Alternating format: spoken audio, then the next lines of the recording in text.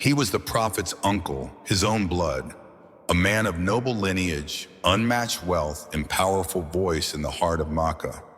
His name, Abu Lahab. But the Qur'an didn't praise him, it cursed him. Not once in scripture is the name of Pharaoh, Caesar, or any tyrant burned into divine revelation. But Abu Lahab's name is. Why? Because his pride was so poisonous, his rejection so personal, that Allah sealed his fate in a chapter memorized by children to this day. This is not just the fall of a man, it's a divine warning for every heart that lets arrogance outweigh truth. The story of the man who mocked the light and was devoured by the very fire from which he took his name. He walked like a king through the narrow alleys of Mecca. His cloak brushed the dust of the sacred city, but his head was always raised high, too proud to bow to anyone, not even the heavens. To the Quraysh, he was a symbol of strength, a man whose words could tip the scales of power, whose wealth poured like rivers from caravan to market. His house sat among the grandest, and his voice could summon fear or allegiance with a single phrase. His real name was Abd al-Ussa ibn Abd al-Muttalib, but that name faded in the heat of his temper, replaced by a new title whispered in admiration or fear, Abu Lahab, the father of flame. He was the uncle of the Prophet Muhammad, tied to him not only by blood, but by generations of shared memory. They had eaten from the same plates, heard the same stories beneath the stars, walked the same paths through the courtyards of their tribe. And yet, it would be this man, this pillar of Qurayshi prestige, who would become the most cursed name in the entire Qur'an. Not because he disbelieved, for many others did. Not because he opposed, for others raised swords. But because he let his pride, his ego, and his hatred for truth consume him to the point that even revelation from the heavens could not penetrate his heart. There was no shortage of blessings in Abu Lahab's life. He was born into the noblest Arab house. His lineage traced directly through the Banu Hashim, one of the most respected families in the land. He controlled trade routes, influenced the council of elders, and his words were not easily dismissed. His sons were married into other noble clans. His wife, Jamil, was the sister of Abu Sufyan, tying him to Makkah's political elite. If anyone embodied status and power in that society, it was him. And yet, with all this, he burned, not from divine guidance or the fire of faith, but with the flames of arrogance. He could not bear the thought of someone lesser in his eyes, someone he had seen as a child, being chosen by God. At first, there may have been confusion. When Muhammad began retreating to the cave of Hira, Abu Lahab likely dismissed it as harmless piety, perhaps even found it admirable. But when the prophet descended from that cave trembling, face pale with awe, carrying words from the angel Jibril, the entire dynamic shifted. This was no longer a merchant with noble manners. This was a man who now claimed to speak on behalf of the Lord of the heavens and the earth. And that, to Abu Lahab, was unacceptable. Why not him? Why not one of the elders of Quraysh, men of renown and authority? Why an orphaned relative, a man with no army, no crown, no riches beyond his honesty? The fire in Abu Lahab's heart began to spread. It started as disbelief, but soon fermented into deep-seated contempt. What others saw as divine revelation, he saw as an insult. What others heard as mercy, he heard as rebellion. And slowly the wall within him grew so thick, so unbreachable, that not even the Qur'an itself would ever find passage into his soul. The prophet's first calls were soft, private. He approached his close family, inviting them to the worship of one God alone, to abandon the idols of stone that had been passed down for generations. He spoke of a day of judgment, of accountability, of heaven and hell. To some, it stirred fear. To others, it inspired reflection. But to Abu Lahab, it ignited rage. He saw not theology, but treachery. This was not just a new religion. It was an assault on their legacy, a challenge to the very fabric of Meccan society. The idols they worshipped weren't merely statues. They were symbols of power, trade, unity. The Kaaba was their pride, and the gods surrounding it were their economic foundation. If Muhammad succeeded, the entire structure would collapse. Abu Lahab understood this immediately, but he didn't see the threat in theological terms. He saw it in personal terms. This was his nephew challenging his authority, and he would not stand for it. The day the prophet climbed Mount Safa changed everything. It was an ancient tribal custom. When danger loomed, one would ascend that hill and call the people. So when the call echoed through Mecca, "O sons of fear, O sons of Adi," people stopped what they were doing. Traders left their stalls. Mothers hushed their children. They knew the voice calling them. It was Muhammad, the honest one, Al-Amin. And if he was summoning the clans, it must be urgent. They gathered at the foot of the hill, looking up to a man who had never lied to them. His face was serious, his tone deliberate. Then came the question, "If I told you an army was behind this hill ready to attack, would you believe me?"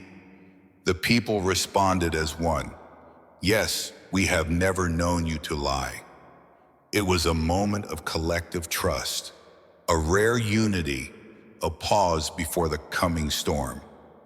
Then the prophet's voice rose. "I am a warner to you before a severe punishment.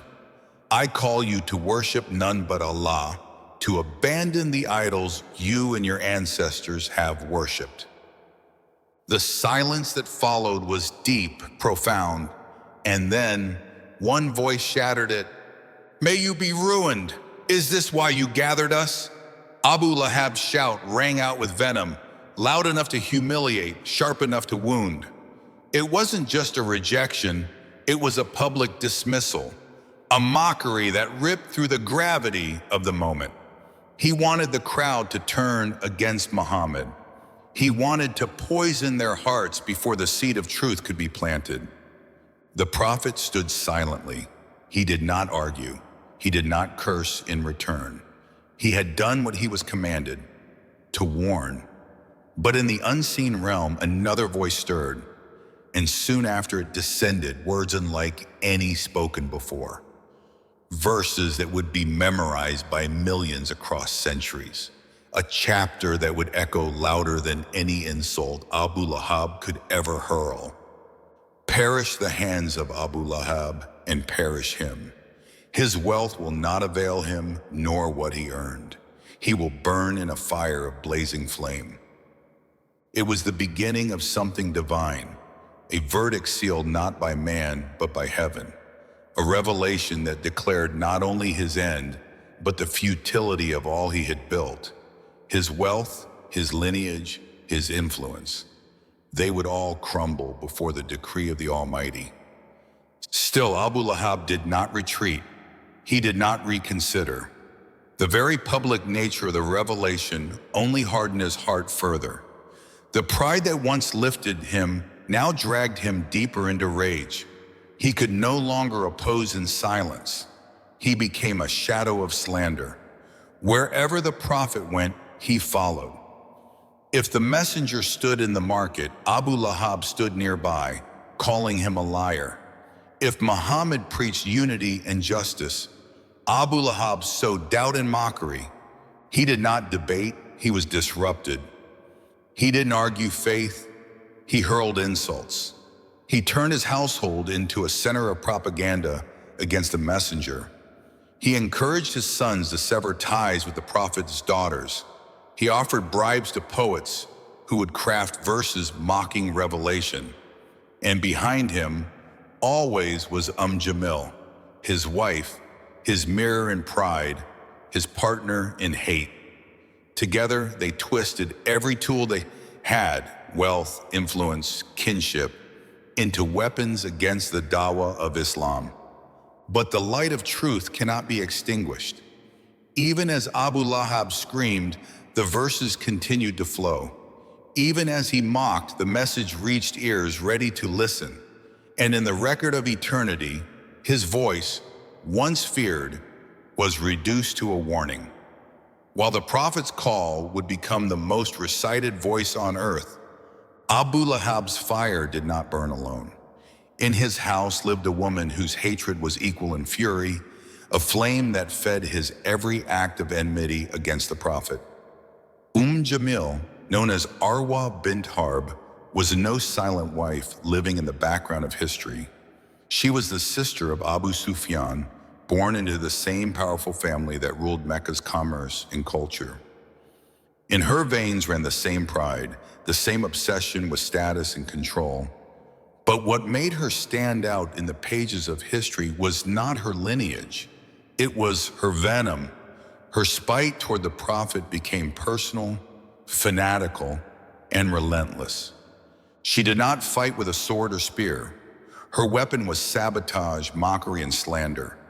She gathered sharp thorns, broken bones, and desert debris with her own hands, scattering them across the paths where the prophet was known to walk in the dark of early morning.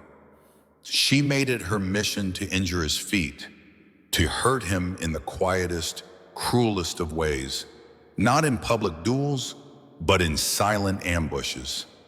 It wasn't enough to curse him with her tongue. She wanted him to bleed. And while her husband hurled insults in the streets, Jamil worked behind the scenes, weaving webs of hatred and humiliation. And yet, her name was never mentioned directly in the Qur'an. Allah referred to her with chilling precision, not by identity, but by role. His wife, the carrier of firewood. It was a metaphor that cut through time, capturing the essence of her deeds. She carried fuel, fuel for gossip, fuel for rejection, fuel for hatred, and she would carry another kind of fuel in the hereafter, the firewood of hell. The surah described a rope twisted of palm fiber around her neck, a metaphor for the arrogance and pride she adorned like jewelry in this world, now turned into her eternal noose. Her hatred, so deliberate and persistent, was carved into divine revelation, not as a footnote, but as part of the curse. She stood as proof that enmity to the truth does not go unnoticed, even in the shadows. In public, she acted with dignity, nobility, the mannerisms of an elite matron. But in her heart, she nursed a bitterness so potent that even centuries later, her name evokes a shiver in the telling. Together, she and Abu Lahab formed a pairing of arrogance that stood not only against a man, but against the truth from the Lord of the worlds. They could have been allies of light, protectors of the final prophet, guides for their people. Instead, they chose to be enemies of guidance, pouring their lives into resisting the very message that would save them. Despite the Qur'an's harsh verdict, Abu Lahab remained defiant. His pride was so inflated, so deeply rooted, that not even divine condemnation could pierce it. The more he heard the prophet recite revelation, the more vicious he became. He followed him from market to market, pilgrimage to pilgrimage, whispering to strangers, "This man is mad. He is a liar. He seeks to divide our families." His campaign of slander had no boundaries. He paid traveling poets to mock the prophet in rhyme satire. He used his wealth to bribe those who could be swayed and threaten those who wavered in their idol worship. He mocked the Muslims in public gatherings, laughing when Bilal was beaten, cheering when Sumayya was martyred. His cruelty extended beyond theology. It became a personal crusade to extinguish the flame of Islam. And still, Islam spread. Like a tide that could not be held back, it began to flow into hearts across Mecca. Hearts that had once bowed before idols, now bowed before their Lord. Slaves and merchants, women and youth, the weak and the strong, people from all walks of life began to recite words that Abu Lahab hated to hear. Allahu Ahad, Allahu Samad, God is one. And in their declaration was his defeat. Unable to stop the dawah with his words, Abu Lahab turned to his own household.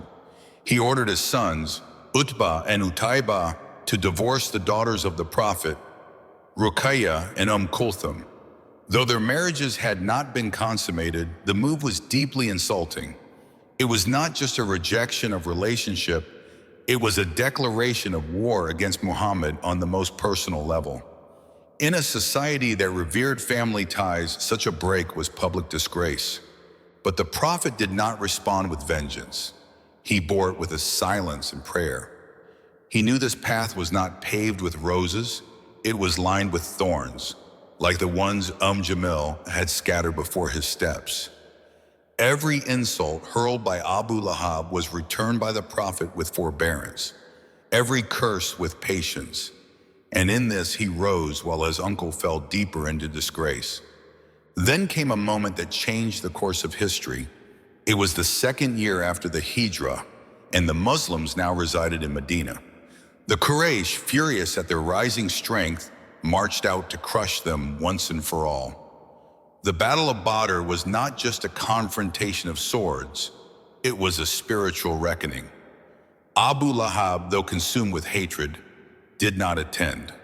Whether it was arrogance, cowardice, or overconfidence, he stayed in Mecca, sending others in his place. Among them were some of the most powerful Qurayshi warriors. The battle would not go in their favor. News soon reached Mecca. 70 of Quraysh's finest had fallen, including some of Abu Lahab's closest allies and relatives. The humiliation was total. The Quraysh had boasted of an easy victory. Now they were grieving their dead and nursing their wounded pride. Abu Lahab's reaction was not of sorrow or humility. It was madness. He screamed in rage, cursed those who had returned, beat a slave girl for praising the Muslims, and stormed through Mecca like a man possessed. The city that had once bowed to his presence now watched him unravel. And then came the most ironic punishment of all. Within days of the defeat, Abu Lahab fell ill. Not with a common sickness, but a disease so foul that people feared to be near him. His skin festered, his body reeked, and no one, not even his sons, dared to approach him. The man who had once sat on councils of power now lay in stinking agony, shunned by those who once praised him. Alone, cursed, unmourned. For 3 days his body was left untouched. No funeral rites, no respectful burial. When the stench became unbearable, his sons took long sticks, dragged his rotting corpse to a shallow grave, and threw dirt over it from a distance. There was no washing of the body, no cloth to wrap it, no prayer to accompany it. The same man who had mocked the fire of Allah was now rotting in the heat of Makkah, consumed not by flame, but by his own disease, a fire from within. The story of Abu Lahab did not end with his death. His memory lived on, etched not in stone, but in revelation. The surah that condemned him would be recited by the lips of every believer in every land until the end of time. Children would memorize it before they knew the meanings of the words. Imams would recite it in prayer as worshipers bowed in humility. The words were few, but their weight was eternal. He had every opportunity. He was born into guidance, raised among the righteous. He shared blood with the final messenger, stood face to face with revelation. But pride blinded him. Ego deafened him. He could not accept that the truth had come from someone other than himself. His arrogance outweighed his reason. His status became his stumbling block.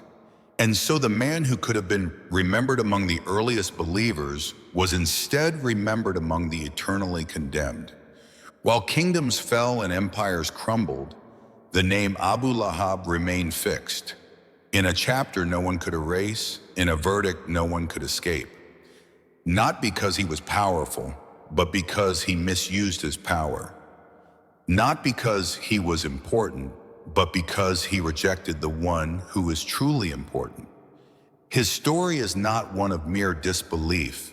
It is the story of a man who made enmity toward truth his life's mission. A man who mocked revelation, sabotaged prophecy, and ultimately destroyed himself. While his name lives on in disgrace, the name of his nephew, the very man he tried to silence, has become the most mentioned name in the world.